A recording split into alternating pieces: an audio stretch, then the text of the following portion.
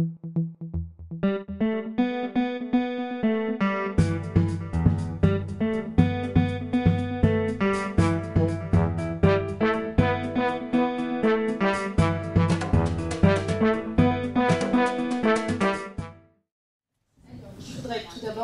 remercier, qui plus est d'avoir bousculé votre programme de la journée pour que je puisse venir donc vous parler effectivement de nouveaux médicaments qui s'appellent des inhibiteurs de MEK, qui sont en fait des médicaments qui sont donc disponibles sous forme de soit gélules, soit suspension orale pour les enfants et qui aujourd'hui sont en développement très précoce chez l'enfant.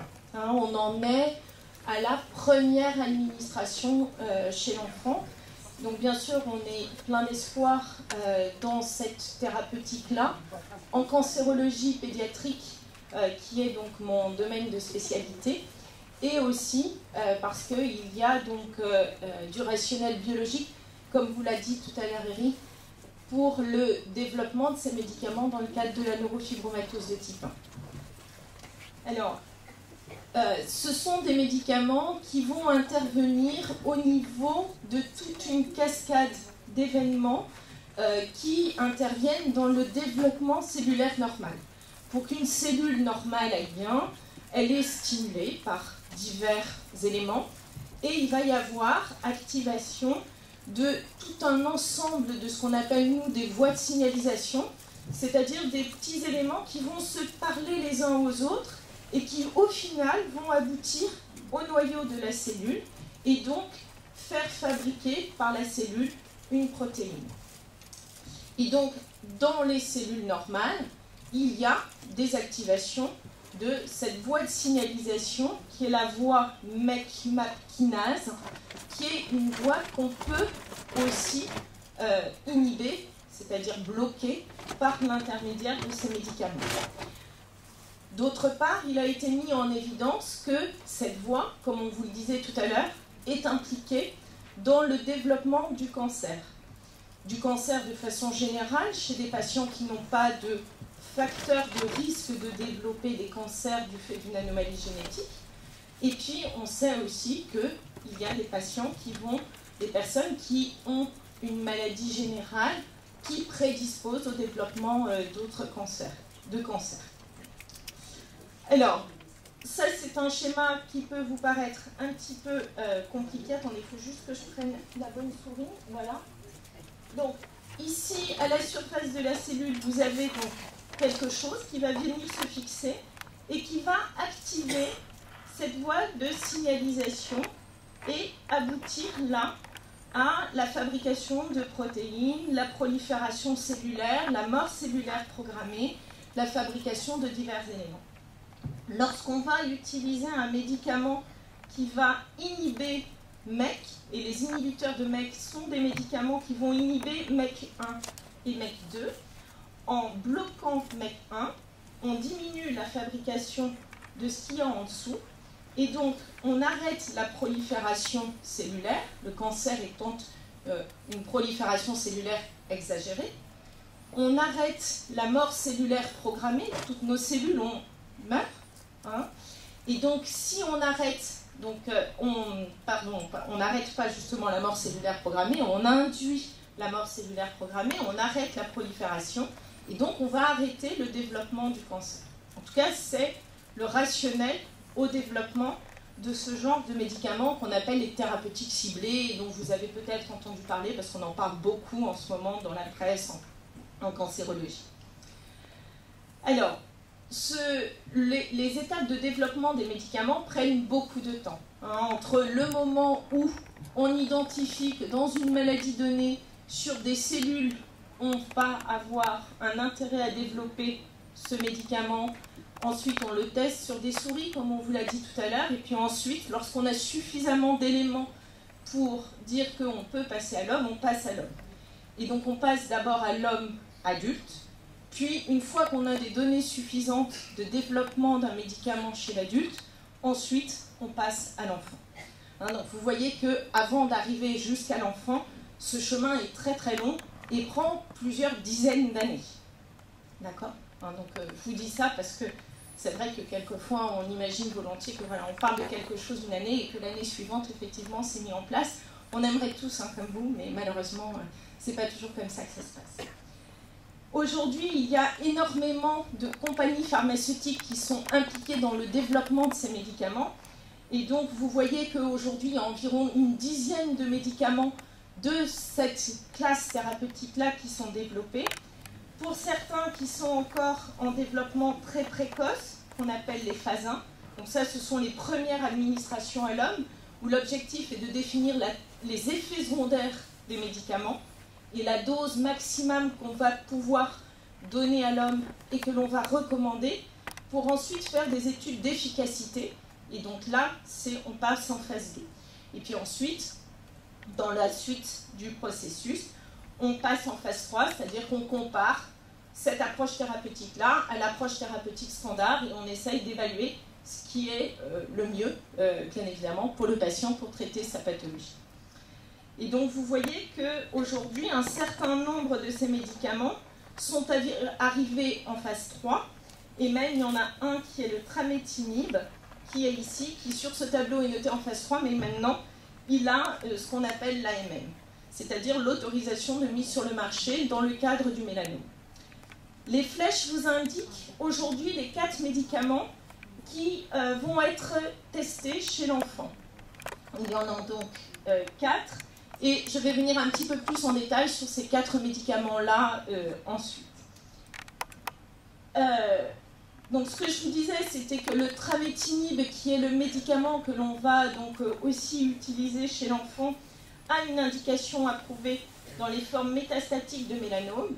Et puis il y a une autre information importante, qui est le fruit de données cliniques précliniques aussi, c'est qu'on sait déjà que pour certains patients, la tumeur va résister à ce traitement-là. C'est-à-dire que malgré l'administration de ce traitement-là, au bout d'un certain temps, ce traitement ne va plus être efficace.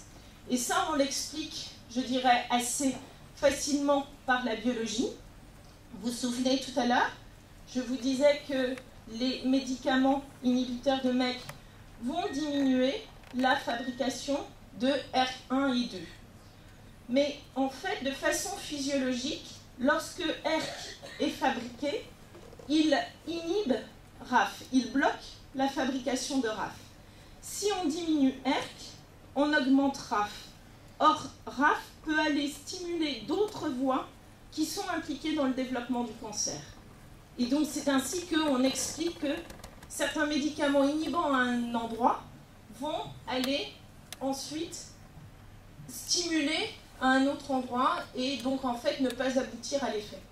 D'où l'intérêt de développer des thérapeutiques ciblées combinées dont on vous parlait tout à l'heure, et donc de développer en association les inhibiteurs de MEK, pourquoi pas des inhibiteurs de BRD4 dont on a parlé tout à l'heure, donc les inhibiteurs de bromodomène, mais aussi là, des inhibiteurs de RAF qui eux aussi sont en développement clinique, qu'on a évalué chez l'homme, et on est actuellement aussi en train de faire une étude de phase 1, donc première administration à l'enfant.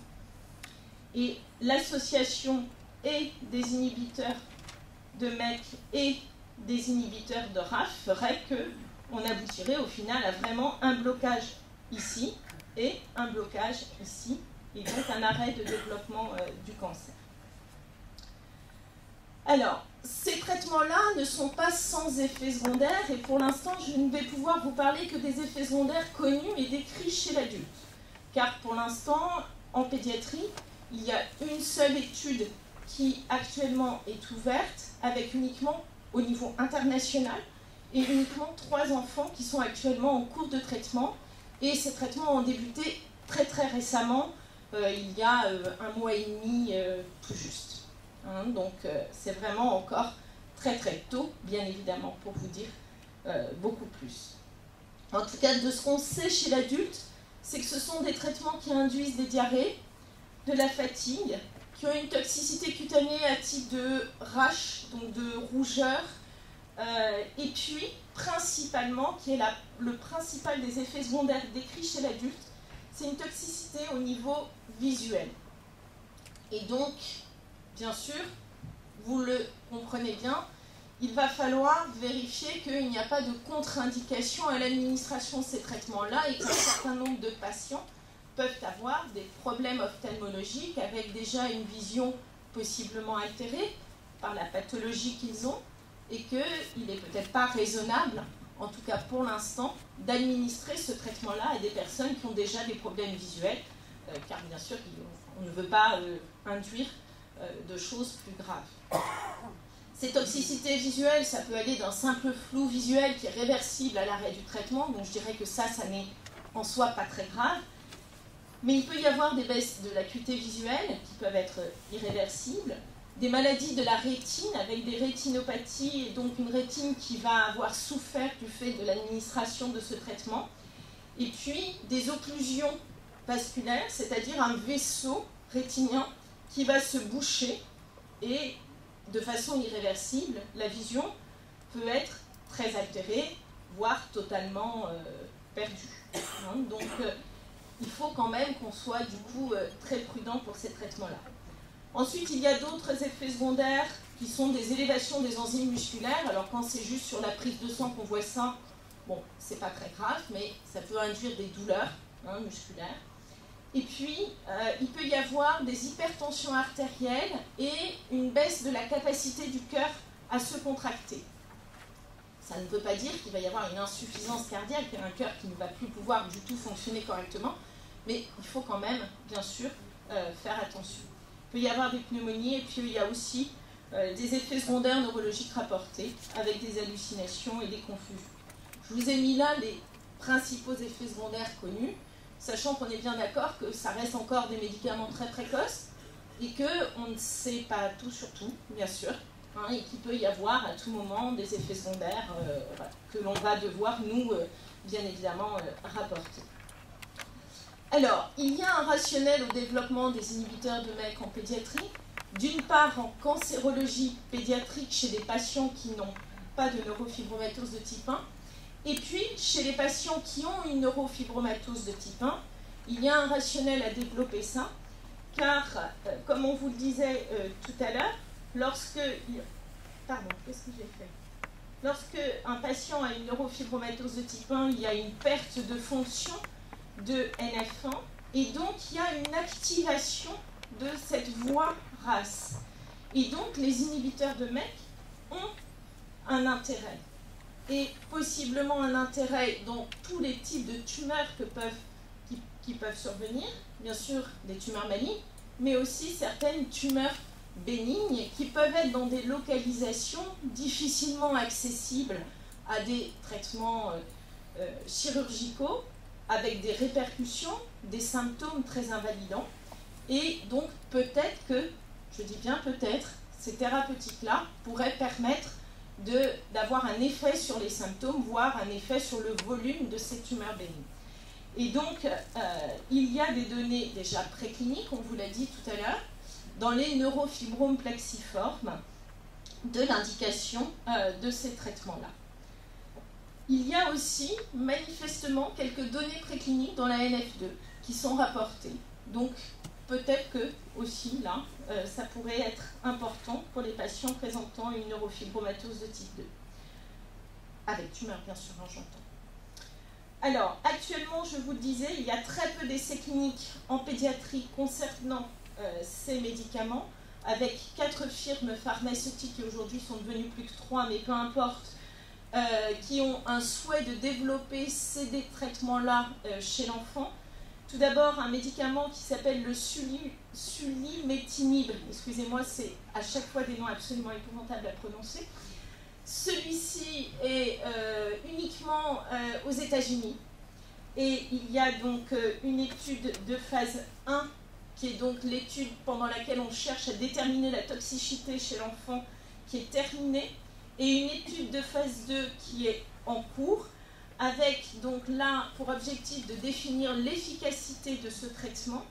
Et donc il y a plusieurs strates de patients, enfin plusieurs indications, et parmi les indications, il y a les patients qui présentent une neurofibromatose de type 1, qui associé qui présente un gliome de Ball-Racks, dans un contexte de neurofibromatose de type 1. Et donc, là, pour l'instant, c'est en cours, et bien sûr, je ne peux pas vous dire ce qu'il en est des résultats. Voilà, cette étude-là est conduite aux États-Unis. Et ensuite, avec ce même médicament, il y a une étude de phase 1 qui est conduite spécifiquement chez les patients présentant donc, des neurofibros. Parmi les études en cours qui sont aujourd'hui ouvertes en France, il n'y en a qu'une en pédiatrie, qui est pour le médicament qui s'appelle le trametinib. C'est là aussi une étude très précoce, première administration à l'enfant, étude de phase 1, qui va concerner non seulement les enfants présentant des cancers pour qui de multiples thérapeutiques ont été administrées, mais malheureusement ces thérapeutiques-là n'ont pas permis d'avoir l'effet attendu, et donc on propose ce type de traitement, mais aussi donc, les patients qui vont présenter soit un cancer dans le cadre d'une ENF1, soit des neurofibromes plexiformes, pour qui les traitements habituels et standards n'ont pas permis non plus de contrôler les symptômes. Alors cette étude est internationale, multicentrique. Le médicament s'appelle le trametinib. Il est prévu que 15 centres soient ouverts dans tout le monde en fait. Alors c'est tout le monde, mais on est bien d'accord que c'est Europe, États-Unis, dans lequel ces études-là sont conduites. Actuellement, il y a 6 centres ouverts sur les 15 prévus. En Europe, il y aura 5 centres, 3 en Grande-Bretagne et 2 en France, qui sont tous les deux localisés en Île-de-France. Donc l'Institut Curie où je travaille et l'Institut Gustave Roussy. Il y a plusieurs parties dans cette étude. Et donc tout d'abord, on va définir la toxicité du traitement. Et donc, quand on cherche à définir la toxicité du traitement, on commence à des doses qui sont environ de 80% la dose recommandée chez l'adulte, quand on fait une étude de phase 1 chez l'enfant. Et puis on propose le traitement à 3 patients. Et là, on suspend ce qu'on appelle, nous, les inclusions, c'est-à-dire qu'il n'y a plus de place disponible dans l'étude, et on voit quels sont les effets secondaires à cette dose-là. Et puis, une fois qu'on a suffisamment de recul, en général c'est 1 mois, par rapport à l'administration de ce traitement chez chacun des 3 patients, et qu'il n'y a pas eu d'effet secondaire qui soit défini comme étant grave, très grave, à ce moment-là, on passe au palier de dose suivant. Puis, au palier de dose suivant, etc., sachant qu'après, on raisonne s'il y a déjà eu un effet secondaire que l'on définit comme étant important, on retraite 3 patients supplémentaires au même palier, etc.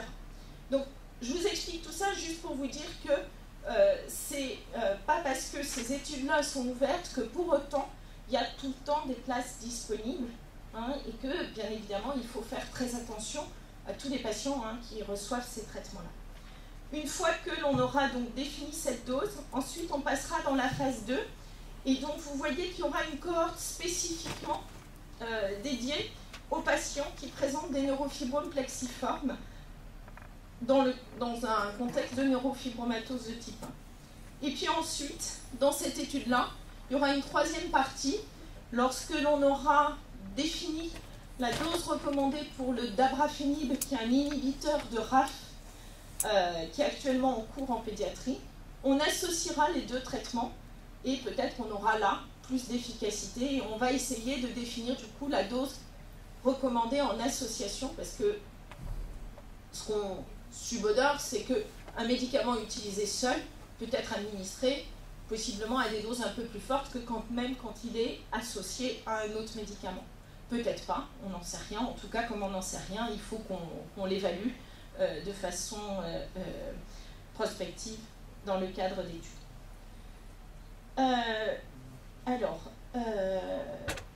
Une chose qui est importante pour cette étude-là, c'est que du fait des toxicités oculaires connues chez l'adulte, les patients ayant des gliomes des voies optiques ne peuvent pas bénéficier de ce type de traitement. Donc je préfère bien le préciser, sachant que bien sûr c'est un problème qui est quand même rencontré chez l'enfant présentant donc le DNF.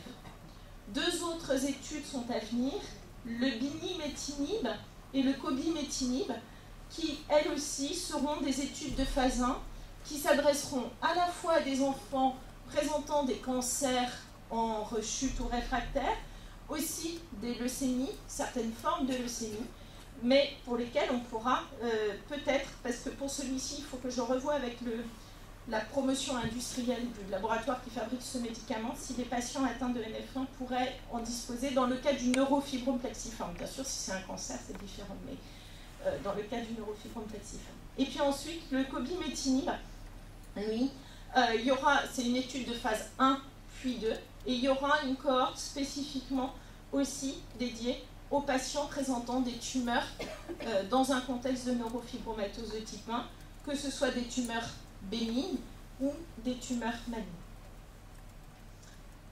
En conclusion, ce qu'aujourd'hui on peut déjà dire, c'est qu'il y a un rôle important de cette voie de signalisation dans un certain nombre de cancers pédiatriques, mais aussi dans les tumeurs développées dans un contexte de neurofibromatose de type 1 et aussi de type 2, que ces approches thérapeutiques-là semblent être prometteuses, mais qu'il faut quand même être prudent. Bien sûr, on a tous de l'espoir dans ces traitements-là, mais qu'il faut qu'on les évalue de façon correcte et en toute sécurité pour tous les patients. Que ça présentera probablement un intérêt si on l'associe à d'autres thérapeutiques ciblées, et qu'aujourd'hui, il ne faut pas oublier que ce sont des traitements qui ont une toxicité ophtalmologique qu'il faut aussi qu'on évalue chez l'enfant. Dans le cadre de cette étude, il y a une surveillance ophtalmologique très rapprochée des enfants, avec les examens dont on vous parlait ce matin, bien sûr le fond d'œil, l'acuité visuelle, mais aussi le CT, l'angiographie, etc. Donc ce sont quand même des traitements qui sont, je dirais, contraignants aussi en termes de surveillance. Voilà, je vous remercie.